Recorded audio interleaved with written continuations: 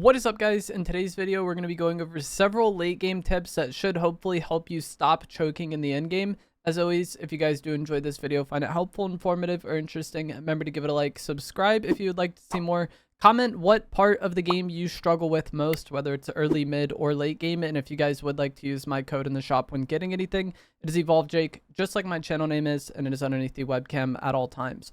Before we even get into endgame, I think there's a few things that are important to go over that a lot of people kind of get wrong or mess up, especially early on when playing. The first is just going to be to get what you need throughout the course of the game. So this can vary wildly depending on the Fortnite season, but you know, whatever your favorite loadout is, you want to try to build this up throughout the course of the game. So this season for me, it's either the Chaos Reloader shotgun or the Iron Pump, the Thunderburst SMG, 7 power gloves, overdrive grenades, and then I also like having the pizza healing item. So if I landed and looted a small little split spot and then didn't get quite what I enjoyed having, but decided to just camp it out and hide for the remainder of the game, I probably could make it towards the end of the match, but it's going to be hard for me to win that game because I don't have access to the things I want, especially mobility can be a huge game changer in game. So this, and weapon rarity is also a factor here. I feel like weapon rarity is often kind of overrated in Fortnite, but still it's pretty easy to get high rarity loot this season with the rivalry boards and vending machines around the map. So try to get high rarity, you know, versions of the items that you like, but most importantly, you know, full health, full shield, and then the mobility you enjoy having is going to be crucial in Zero Build. You also need to be comfortable fighting. This is something that a lot of people struggle with early on. They want to win in the Battle Royale, so they end up playing very passive and making it to endgame. The endgame in itself is stressful for a lot of players, especially early on, but fighting can also be something that's stressful or kind of panic-inducing. And if you aren't used to fighting and you aren't used to being in the endgame, it's probably going to be, you know, a very magnified effect. So just get comfortable fighting, get comfortable playing out fights in this season and using the items that you enjoy using. It will go a long way in helping you be calm when it does come to endgame. Once you're getting in the later stages of the game, you want to pay attention to how many players are alive, because this will inform you of how you're going to play. An in-game that's like very dead plays differently than an in-game that is very populated. And if you kind of get caught off guard, the circle is getting small, and then it turns out there's a lot of people, but you're playing like there isn't very many people, that is something that will cost you because you're very easily going to get third-partied. Cover and elevation is also going to be a big thing. In certain zones, there's a lot of cover, and it's like very open, I guess would be the word, in terms of not necessarily open in terms of like the distance between cover, but open in terms of a lot of areas you can play. But there might also be zones where there's like one piece of land and then it's all water or something like that. So you want to try to get to that piece of land before other people do and control it. Or if there's any mountains or, you know, buildings, areas that are worth controlling and worth playing around, matter a lot. As I said, some zones, you know, it might not matter as much because there might be several areas you could play, but this is something you want to keep in mind. When you get into the later stages of the game, I'm talking like deep in the end game, not even necessarily deep in the end game, but like before moving zones even, I try to avoid going into the problem areas. And what I mean by this would be like underground areas, tunnels, buildings, all of that stuff. I kind of just avoid checking and avoid going into in the later stages of the game because you don't really know what's happening in there. If there's somebody hiding down there, hiding in the building, you know, things like that. And with how this season, this is something that I've always kind of felt. If I have what I need to play the game out, as I talked about before, I'm not really going to be going into buildings and looting or searching for people hiding. I'm just going to play the end game, you know, normal, which we'll get to in a bit. Going into these problem areas, I think is really bad always because there's a chance you get caught off guard and then you just lose. But also, with this season, it's even more so because the Chaos Reloader shotgun hits really hard, really consistently. And so if you go into a building and somebody's hiding with that and they get first shot on you, you might not have much of an opportunity to respond. Also, these 7 power gloves can be really weird to deal with in an like enclosed environment. And so dealing with that is something you don't want to do. You might just get spam uppercutted. So I've always tried to avoid these buildings and stuff in the end game. But it's even more, I've always tried to avoid it in the end game, but it's even more so this season because of the items we have. It's much better to just like wait until zone forces these people out. And I should have a clip on screen now kind of showing there was a guy hiding in the tunnel and it's a 1v1 for quite some time, but eventually zone is going to force him out. And instead of going in that tunnel and having a weird 50-50 fight where, you know, he's just waiting with the chaos shotgun out, we wait until zone forces him out and then we get the win easily. Typically in endgame, you're going to want to play more for positioning and play more to put yourself in a good spot rather than just eliminating players, especially if there's several players left alive in the end game. If it's a 1v1, things kind of do change up because all you have to do is eliminate that player.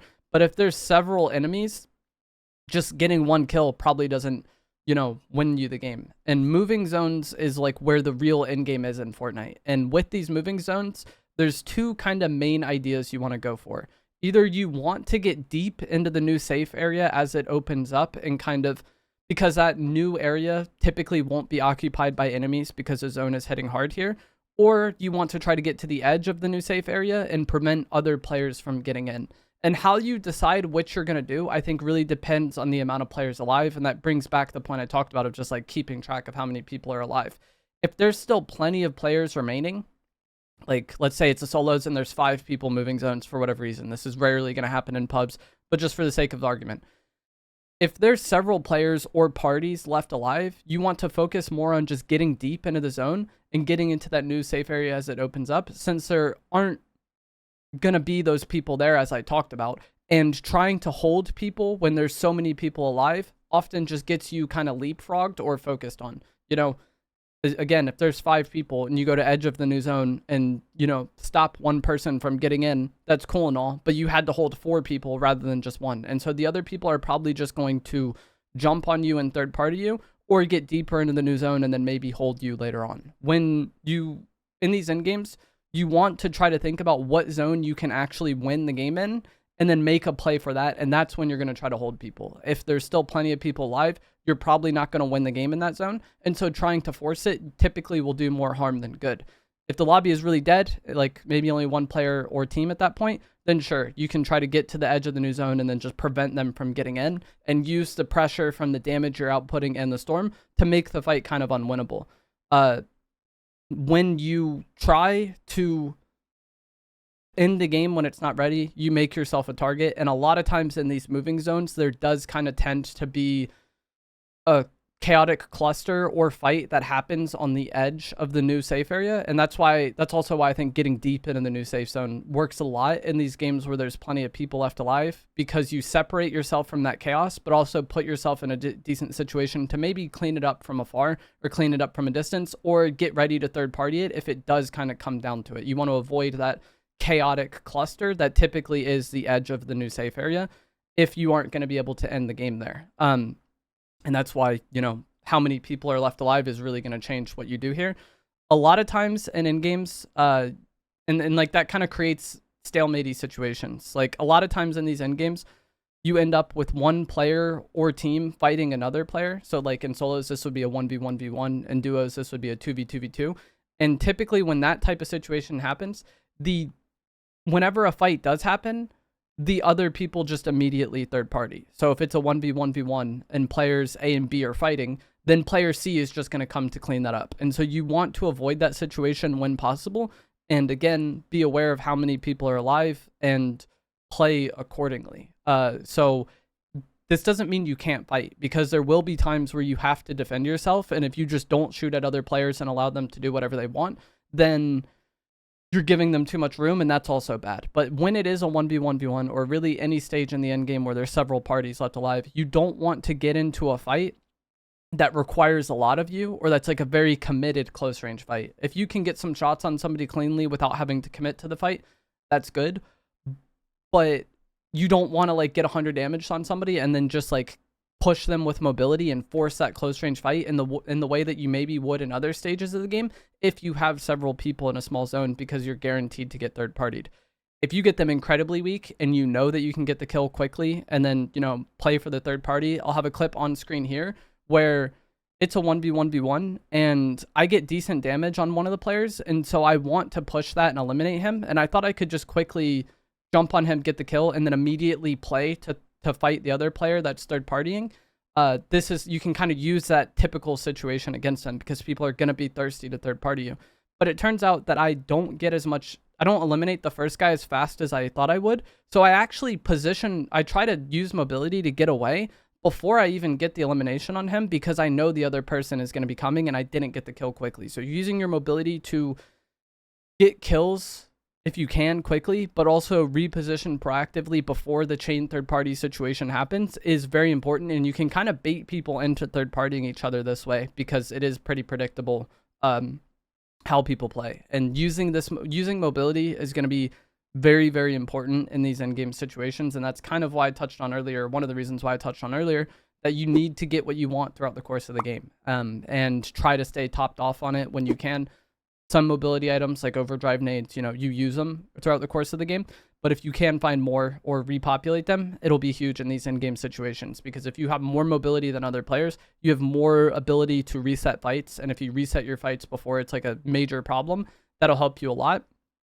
But also, you have more options than the enemies, which will be a big deal. And oftentimes this season doesn't have much of an endgame anyways because of the rivalry system. So especially in public matches, Fortnite lobbies have died out very quickly for many years now, but I feel like the rivalry system just makes this pretty extreme where you often have a 1v1 situation in like a giant zone. And in these games, a lot of times you can probably force a fight on the enemy without getting guaranteed third partied because the zone is so large. And I really do like getting bounties in the end game. This is something I've been asked about a few times where people ask me like, is it worth picking up a bounty in the end game? Because now I know where somebody is, but they also know where I am.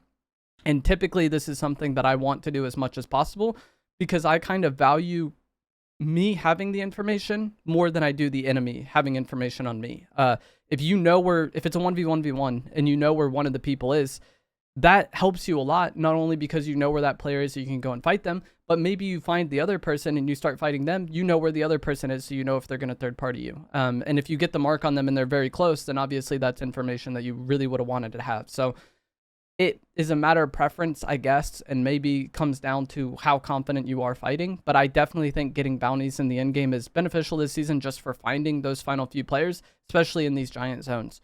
Cars are going to be pretty helpful in game because it can allow you to rotate kind of quickly without using mobility and give you mobile cover. But at times you also make yourself a target because a lot of people will want to grief your car. So try not to get too attached to the car if it is, weak, especially. And I also really like driving around in those giant zones when it's a 1v1v1 in a giant zone or whatever, however many people. It's very few people in a giant zone. One of the key ways you can lose the game is just by getting caught off guard, and being in a car will help you a lot with that. Bunkers are also something that I'm maybe more inclined to pick up in the later stages of the game. I don't really like carrying them most of the time in public matches because I would rather have extra mobility. But if it comes down to an end game where like I could have one overdrive grenade or a full stack of bunkers, I probably would be more inclined to take the bunkers, especially if it's a very populated end game for whatever reason. But this is something that also varies, and I think would also depend on team size. In team game modes, the bunkers become a lot more prevalent because you have more inventory slots to spread around the team. But in solos, I typically only take them if the end game is incredibly populated, or I'm presented with a situation where, like I said, I have very little mobility or a full stack of bunkers. A lot of times when people use them, I try to just take them from them. Like if I get decent damage on somebody and they bunker, that's a kill I really want to push and get if the bunker is in a decent spot, because now I have access to that bunker and I can use it myself. But that is going to be it for this video. Pretty much all endgame in Fortnite comes down to, in a lot of situations, is just paying attention to how many people are alive, playing accordingly. If it's very dead, you can play to end the game. If it's not very dead, you play to put yourself in a spot where you don't get griefed in the end game. And if you do that, through several moving zones, typically the game will be well over by then. And you will have an opportunity to, clean up the other people as they get kind of forced into that congested layer, because a lot of people wait until like the final stages of the game to rotate. Like they wait until last possible second. Then that creates a congested situation on the edge of new zone. And as long as you just avoid those, terrible situations, you'll probably do pretty good. But that is going to be it for this video. As always, if you guys did find this to be helpful, informative, or interesting, remember to give it a like, subscribe if you would like to see more, and I will see you guys in the next one. Thanks for watching.